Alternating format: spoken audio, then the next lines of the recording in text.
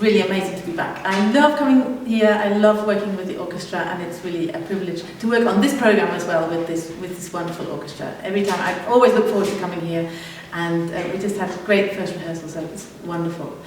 My life when I'm not doing the music, it's a bit sad. There's not that much of it, because normally I am doing something with music. If I'm at home, I'm learning scores, because I'm, at the moment, especially in a very busy period.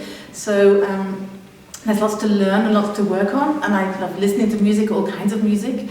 If I'm at home, I love spending time with my cats and my husband. Oh, I should say the other way around. No. My husband and my cats. It's very, very cozy in Berlin, where I live at the moment. It's pretty cold, so it's very nice to cuddle up with the cats. And my husband loves cooking, so that's an unfortunate way that we like to spend the time. I love like to read. I like reading, but I don't actually get the chance to read very many books at the moment. And of course, I love going out in Berlin, meeting friends.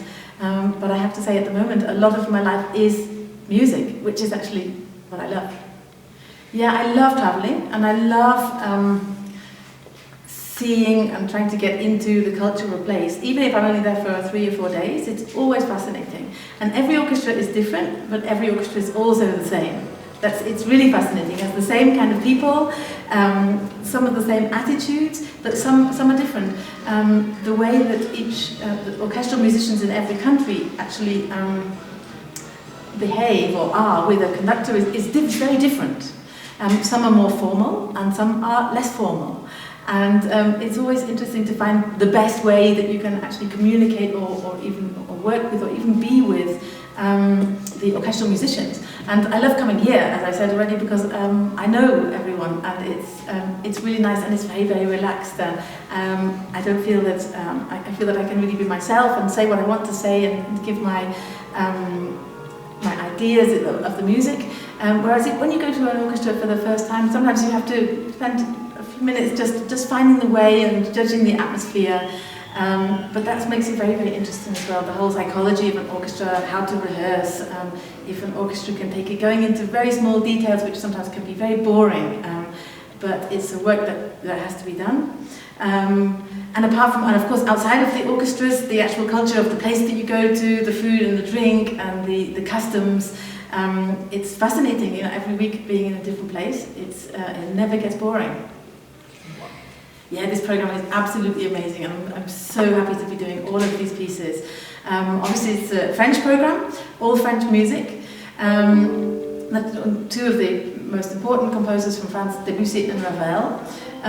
We decided to take one very well-known piece from each of them and one not so well-known piece from each of them. So the Debussy, the well-known piece, is the Preludio, Sesto Fauno, and the less well-known piece is Je, which is a ballet, which was a ballet, it's a ballet score for a ballet, and it's really not performed very often at all, but I think it's an absolutely incredible piece. It's wonderful, it's so beautiful, it's very, very complicated, it's very, very delicate, you really have to be careful with how you approach it, but it's a very, very special piece.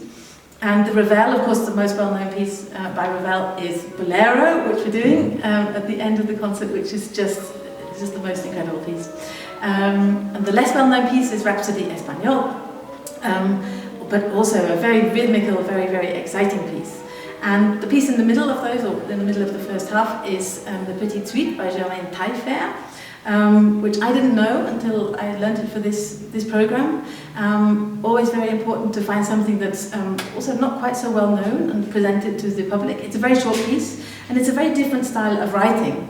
But I think it fits in because it's such a contrast with the other pieces, that the other pieces have similarities. It's such a contrast that it makes the program even more, gives it more dimension. Mm-hmm. Yeah, she's not, Germaine Taillefer is really not a very well known composer. As you said, she was the only female member of the Varèse. And the piece that we're actually playing, this Petite Suite, it's a very French way of composing. It's almost neo-classical or even neo-Renaissance at times. It has, it's very, very rhythmical. It has very, very strong melodies, dance-like elements, but it still has some of the harmonies that we feel, that we see here that are typically French. It's quite a short piece, it's really full of energy, it's very lively, and it's actually a joy to work on it and to perform it, because it is quite different to the other pieces on the programme. It makes us, somehow it's a little bit more direct than some of the other pieces. Yeah, exactly. And the first piece, the Prelude, was the first piece that Debussy, that actually made Debussy well-known, famous. It is an absolutely incredible piece. I just said, it's like a jewel. It's just like a tiny little jewel. Every note is perfect, and it's a responsibility as well to be entrusted with a jewel like this and to play it in the concert. We have fantastic woodwind soloists. It's a huge part for the flute, and it's absolutely fantastic. But all of the orchestra playing the solos absolutely beautifully. Debussy found a new style of composition, and it was his first piece where everyone actually became aware of this style. And Je was only less than 20 years later, but it was performed at Premiere just 2 weeks before the Rite of Spring. It is a very nebulous piece. It's very hard to get a hold on. There aren't so many themes and rhythms. It's always changing, it's always shifting, which is what it's actually trying to do. But I think it's very difficult when you hear it for the first time to actually get a hold of it, find out what is actually going on in your mind, which I think was why it was not a great success in the first performance, and why it's also seldom performed. It's quite complicated, I have to say. It's not easy, but for me, I mean, Debussy is one of the absolute greatest composers, and really he found a way out of the 19th century, and led the way really into a whole another world of composing. He didn't like the term impressionist, but there is a lot of much less direct composing if you compare it to a German, what was going on in Central Europe at the time. But it's interesting because you do hear even what was going on in the Après-midi d'Enfant, in the Prelude. You still hear a lot of that in Je, in the second piece. There are lots of techniques that he uses, with lots of the way the strings are treated, the solo woodwind instruments. But he's just taken it so far that it's actually quite difficult to understand what's going on at the very first time you hear it. You just have to sit back and enjoy it because it is absolutely beautiful. It's an amazing piece. Well, Ravel was, of course, a French composer, but his mother was Spanish and his father was Swiss. So he was not quite as French as some French people. And he was from the very south of France. So there's a lot of Spanish influence in his music anyway. And even De Falla said that it actually was authentically Spanish. Both of these pieces, well, actually, the Rhapsody Espagnole, first of all, because the Bolero just has one idea, which takes until the end of time. But the Rhapsody Espagnole uses Spanish elements, but also Ravel created his own style with these elements. It's not really direct quotations. I mean, you have things like castanets, which makes it sound very Spanish, and tambourines, and lots of rhythms, which are Spanish, but still the harmony is very much French, and Ravel, and a lot of the orchestration. The orchestration is incredible. When I was learning it and just looking at how he uses the orchestra, the combinations of instruments that he finds with it, you know, you think, what instrument is playing that? And it might be 4 double basses playing very high up, or you know, something with 3 muted trumpets and a harp, or something like that, which creates totally new sounds. And there's always a different texture. And in the Bolero, that's a piece like no other, of course. Even if people don't quite know what to expect, they'll know it when they hear it. I think most people have really heard this insistent rhythm which goes on for 15 minutes through the whole piece and starts very, very quietly, builds up to this incredible climax. It's really an unbelievable energy that is released by this piece. It probably, I don't know, Ravel said, you know, it was his best or most famous piece, but there was no music in it. That was his famous quotation.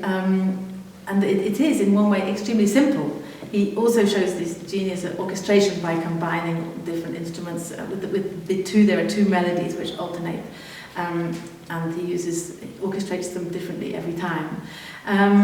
But it became such a huge. I mean, I think Ravel was surprised by how much of a success it became right at the beginning. It was an immediate success. And maybe it did some damage, I don't know. I think if you know Bolero, you want to hear other pieces by Ravel.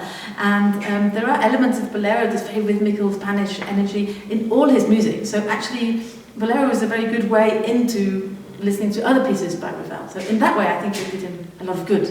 Is it like an introduction to Ravel, you consider? In one way. They're in the elements of Bolero, you can hear them certainly in the last movement of Rhapsody Espagnole, and the way he treats the orchestra, the way he uses the orchestra in Bolero, you can hear it in other pieces, and even much more complicated way. ¿Y te veremos bailar en el escenario?